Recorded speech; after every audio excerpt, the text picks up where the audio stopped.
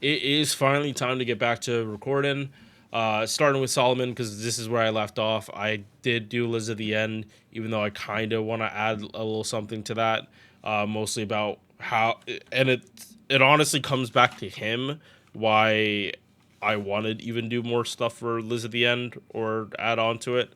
But that will pretty much be coming up in other videos depending on the situation. So, Solomon is an AoE farmer for sabers, lancers, archers, and berserkers. He's pretender. What else do you expect? But he can do ridiculously, and I mean ridiculously good multi-core damage. His MP damage amp for the party is one of the highest in the game. And depending on your team, there is a chance you can overcap on that part of the formula with him. So just kind of be aware of that. With using Black Rail, you might be hitting that MP damage cap, and because he's also Buster, if you're fighting man attribute, you're gonna be hitting that even sooner. So just be aware of the comps. I did try to check if you can really use him with Quetzalcoatl, seeing as she got her buff to basically function as another Koyanskaya for more specific servants. His cooldowns are just too high. He has 7 turn cooldowns. It doesn't work. You have to use double bitch, which I don't think most people would be complaining. But him having no attack buffs in a normal Buster farming comp kind of is like the issue of why I'd want Kets on the farming team and not Koyan and also the man attribute stuff. But is what it is. This is still very, very stupid damage. 1.9 million to one enemy on wave 3. What are we doing at that point? What are we not blowing up? So, let us really get started. This is all spoilers. Sorry, not sorry. It's on the wiki. I can't really control it. Base attack 11.4k. This is towards the midpoint. I don't think they've added to the floor or ceiling. Last I checked, so the highest attack and the lowest base attack for 5 stars. It's pretty much the same after all this time, so the midpoint doesn't change. HP definitely on the higher end at 14.25k. So this is definitely on the better side of HP, and he does have a lot to do healing and just stop and not take damage, I should say. He's a lot of ways to just not take damage, but it is good he has at least decently good HP. So Star Gen, he's a pretender. It's sitting at 20%. Off his face cards, this is really good. On his MP, it's good, but it could be better if his MP had more hits. Again, going back to face cards, a 0.77% with 5 hit quick and 2 4-hit arts cards if he crits, which he's Buster farming. You have Vitch, you have Oberon, you have Liz of the End. You should not have problems critting if you're not doing farming. If you're using him in a fight with break bars, you should be able to get back your MP relatively quickly. And that's not even counting any other supports that can just brute force him to charge. He has got it. Also, this extra attack, you want to get a pen 1 for it because high base gains, high star gen, high hits. It's a good extra attack. You're not gonna get that much better than this. Like this is better than most servants are gonna see on an extra attack. So yeah, using him as a main DPS in challenge quests, not the worst idea because again, he is a free NP5 5-star with all of the leaves to get his append. You're not gonna get much more than that for any other character unless you're whaling. Like it really is stupid that they gave this character out for free and gave a maxed out copy out for free. For almost, I want to say almost no effort, but you do have to do all the Yuoga fights, I believe. No, it's the Grandcasters. You have to do all the Grandcaster training for it, I believe. But yeah, I'm happy I played when I did. So let's get oh, before we move on, just two things to note. Evil alignment CE for bond points. Normally he would not get the chaotic the Chaldean, even though he's chaotic. However, he literally has a trait that lets him use the craft essence. So they did this once. They can do it anytime they want. That's how it works with any game like this. The second it happens once, it doesn't matter how long from then to the next time is gonna happen again. I am now doing monthly $5 giveaways as a way to give back to my channel. I recently hit 500 subs and I want to keep giving back to the people that support me. All you have to do is comment on one of my videos during the month. Doesn't even have to be a video I make that month, and you are entered to win. 5 people can win every month with 1 win per person per month. Only 1 comment is counted as an entry every month. I will send you the prize in a way that works for both of us. Thank you for watching. Now let's get back to the video. Alright, so moving on to skill 1. On a 7-turn cooldown, which again is why you cannot use Cats. Cats, you need 6 and a pen 5. 6-turn cooldown and a pen 5 to bring it down to 5 to work with her. So 100% battery, 2k heal per turn, 10 stars per turn, and this is not you only get 10 stars. Every character on the field that gets this buff is going to get you 10 stars. So it's really 30 stars per turn. Last one, 30% crit damage buff for the entire party. This is why I'm saying multi-core. And this right here is what threw me off and kind of messed with my head for a little bit. Because again, at that time period, I was getting more prepped for the final chapter. I wasn't really using Gatia in game. Liz at the End had just come out, and I don't think I had her maxed out.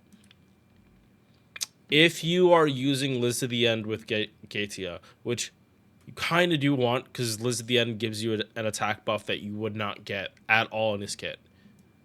Like, spoilers, he doesn't have any attack buffs, aka there is no attack in his kit to be double stacked, and the only source of attack is basically a Mystic Code buff. Glad we got the new one, because that is raw attack that he wants more than Decisive Battle. But it's something you have to be aware of, especially with Liz at the End. Any healing per turn with Liz at the End is going to fuck up your run. It's screwed up, especially if you're trying to just do normal farming. With Gadia specifically, it's not that big of a deal, but you're not going to be able to bring out Oberon. But yeah, no, this annoyed me, and I was second guessing a lot of stuff I was doing with some of the math at work if I wasn't even doing the setup correctly. Like, why am I doing all this work for a team that is not even possible? So yeah, if you're using Gatia, Liz at the End has to be in your back line. You have to plug Suitor in, otherwise run screwed. You're not gonna get the damage you want. And we're in it for the big PP damage. The very massive PP damage. The type that when you whip it out, it breaks jaws. Alright. Second skill. Seal of Solomon. Overcharges the entire party's MP 1 stage for 1 time 3 turns. Party MP damage up 50%. Almost as much as a non-MLB Black Rail. As much as an MLB Heaven's Feel CE. He gives this shit out for free. Stupid stuff. Really, really stupid stuff. Party debuff res up 30% for 3 turns. And self MP refund on use. So, when a caster ally uses a Noble Phantasm, whatever gauge is used for that Noble Phantasm, so it's like 100 to 199, would count as like 1 level of one level of overcharge. Or sorry, not overcharge. One level of the MP. That would scale from 50% at 100 to almost to like 99.5% gauge refunded. So the more you're putting your casters at the end, especially Castoria, the more he can spam his MP. If you do like 200%, and overcharge doesn't affect this, by the way. At least I'm like 90% sure it doesn't. Yep. So right here, 2 MPs, half of one would be 150, times 2, 300%. Yeah. So really, depending on how you're using Solomon, and sorry for that pause there, depending on how you're using Solomon, you might not need anyone to actually refund him shit. You can be using Merlin with him, if you need more attack buffs, but because of the cooldown reduction, especially if you're trying to double stack this skill. By the way, you can't double stack this part. That would be broken. An enemy pops a caster ally pops an MP, and Solomon guarantees gets his MP back afterwards. That's too much at 100%. So I understand why this part is unstackable. But yeah, this stuff, you double stack this, and OC for him does matter, especially on turn 3. It matters a lot. Third skill, everything else was party wide. This is his selfish skills. 30% arts and buster up, and then power mod for himself against 7 knight class servants. Sabers, lancers, archers, riders, casters, assassins, berserkers. But you're not bringing him to fight the cavalry besides berserkers. You're just not. He does have damage aptitude against casters, but again, you really shouldn't be doing that. It's like with these two, this and the third skill combined, you get close to doing neutral damage, but you're doing almost neutral damage when you're at a class at disadvantage. So if you need to do it, understandable, especially if they throw cavalry in with the knight class. You're gonna leave one of them alive. That's kind of where this comes in. Kind of gotta hope it's not a rider, because then you can't really take advantage of this. But if that last one is cavalry is mixed in with the knights, is a caster or an assassin, caster DPS kills it, and then Gatia gets refund off that. And then possibly might be ready to pop his MP again. So yeah, when you have stuff in the middle, it does count it. It really does count it. So just be aware of your gauge if you're trying to take advantage of this. And now we're moving on to passives. So we have 4% arts. It's tiny. Nothing for item construction. Clairvoyance D, 10% Sargen. He's basically Sargening as an assassin. You really pretty much have to, with all this Sargen, he's basically an assassin. It's just he doesn't have the assassin deck. Beast passive, 2% crit damage, in-skill res, mental debuff res, Nega Summon. This doesn't do anything in-game. And obviously the Bond 15 thing. Just something to say. Like, I bring up this engine comp. Your DPS is not the one that's going to benefit from the Bond 15. Me personally, I try not to use characters when they can't get any bond points out of it. I would just rather focus on making other characters work and have fun seeing something new than constantly doing the same thing over and over again. For Buster specifically with this engine, you are front loading pretty much all the bond point bonus to the point that you get like over 100%. No, you get close to 200% bond bonus. So times 3, and I believe that also stacks with no, sorry. In the engine comp, the max you can get is 100 plus 160%. because you can get away with 3 bond bonus CEs of 20%, but you have to give up Black Rail to do that. So yeah, like you can crazy farm characters doing engine if possible. Like if you're not someone that likes the grand battles and you just want to just farm in game, maybe not use teapots. You have such a high bond bonus, you're essentially using teapots all the time. That's all I'm trying to say. So, pen skills. The one that really matters is a pen 5 skill reloading. If you don't have this maxed out, yeah, if you do not have this maxed out, there literally is no difference between using Koi and Skya or Kets. Honestly, I think Kets is better if you cannot double stack these two skills. But if you don't have this maxed out, you can't even double stack this skill with Kets. So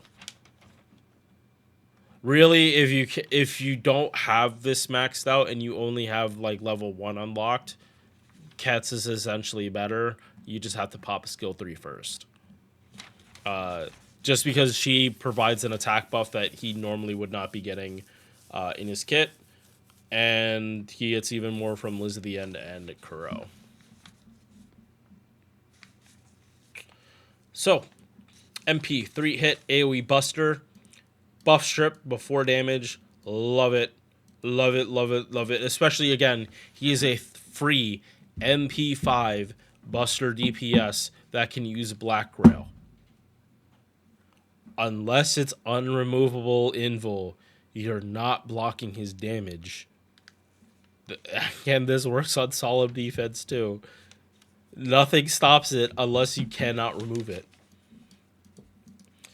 Buster has down as well. 20% for 3 turns, and he charges his gauge at the end of his MP. It stacks really well with slow charge from Liz at the end because he gets 30 after his MP, so he doesn't even need to pop his battery again to get the 30 Oberon once for turn 3. OC, 10% MP damage, scales consistently up to 50% at OC5, and in his own kit, overcharged. So turn 1 and 3, he's here. This gets doubled to 40, but as well anyway on that third turn.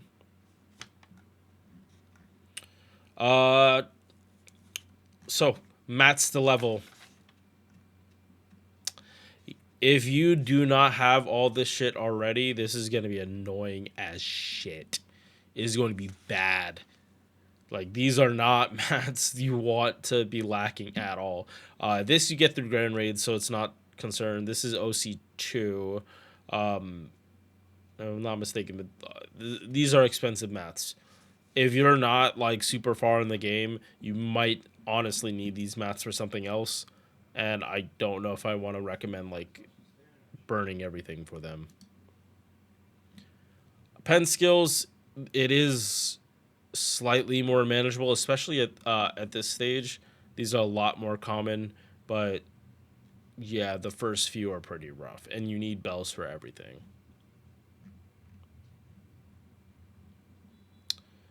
And last thing, Bond CE, 15% power bonus for the party against the 7 Night Class Servants. Nice, nice, nice. And that is Solomon. Honestly, I'm already feeling back in the groove. I'm ready to be recording a lot more. And I hope, especially leading up to id, I can get all of these servants out as soon as possible. I do kind of want to change up the format for especially buff servants. Don't have it just like a 1-to-1 how I do it in the tier list. Because tier list, I do want to go through everything about the character, see how everything changes. Servant buffs, kind of don't. I kind of want to just have those just be gameplay and leave up the original reviews and not worry about taking them down. Oh well. That is a problem for future me. current me, time to work out pretty soon. So I'll see you guys. Peace.